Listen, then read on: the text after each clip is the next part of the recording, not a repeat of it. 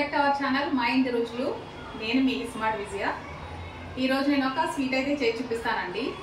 అదేనండి పరవన్నం అయితే చేసి చూపిస్తాను. పరవన్నంకి కావాల్సిన పదార్థాలు తయారీ విధానం ఎలాగో చూసేద్దామండి. పరవన్నంకి ముందుగా ఒక అర గ్లాసు రేషన్ బియ్యం అయితే తీసుకున్నానండి. తీసుకొని 2-3 సార్లు శుభ్రంగా కడిగి పెట్టాను. ఇప్పుడు స్టవ్ వెలిగించుకొని 1 లీటర్ పాలు అయితే పెట్టుకుంటున్నానండి. నేను ఎలాంటి వాటర్ యాడ్ చేయకుండా పాలతో మాత్రమే ఉడికిస్తాను. ఇవి ఆల్రెడీ నేను కాచిన పాలే కాబట్టి కడిగిన రైస్ ఇందులో వేసేసుకుంటున్నాను. ఇలా వేసుకుని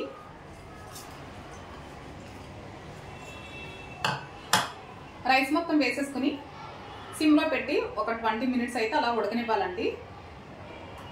రైస్ అంతా ఉడికిపోయిన తర్వాత మరొకసారి అయితే చూపిస్తాను మీకు. చూసారు కదా ఫ్రెండ్స్, సిమ్లో పెట్టి 20 మినిట్స్ అయితే అయ్యిందండి. మధ్య మధ్యలో కలుపుకుంటూ రైస్ బాగా మెత్తగా ఉడికే వరకు అయితే ఉడికించుకున్నాము. ఇప్పుడు ఒక కప్పు బెల్లం వేస్తున్నాను. స్వీట్ చూసుకుని వేసుకోండి. బెల్లం బాగా కరిగిపోవాలి.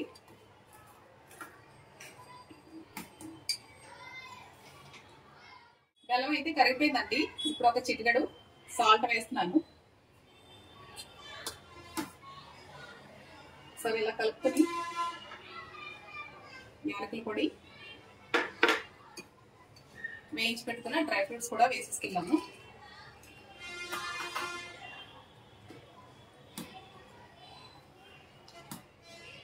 ఎంతో టేస్టీగా ఉంటే పరవన్నం అయితే రెడీ అయిపోయిందండి.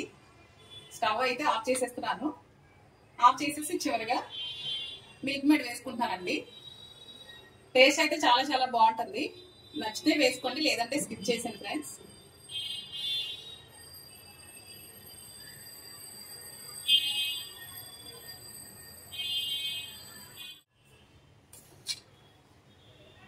మిల్క్ మేడ్ వేసుకున్న తర్వాత ఒకసారి బాగా కలుపుకొని సర్వింగ్ ప్లేట్లకు అయితే తీసేసుకుందామండి.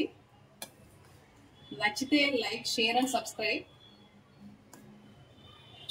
ఈ రెసిపీ తప్పకుండా పేరు కొట్టి ట్రై చేసి ఎలా వచ్చిందో నాకు కామెంట్ చేయండి. ఇప్పుడు ఒక సర్వింగ్ ప్లేట్లకు అయితే తీసుకుందాము.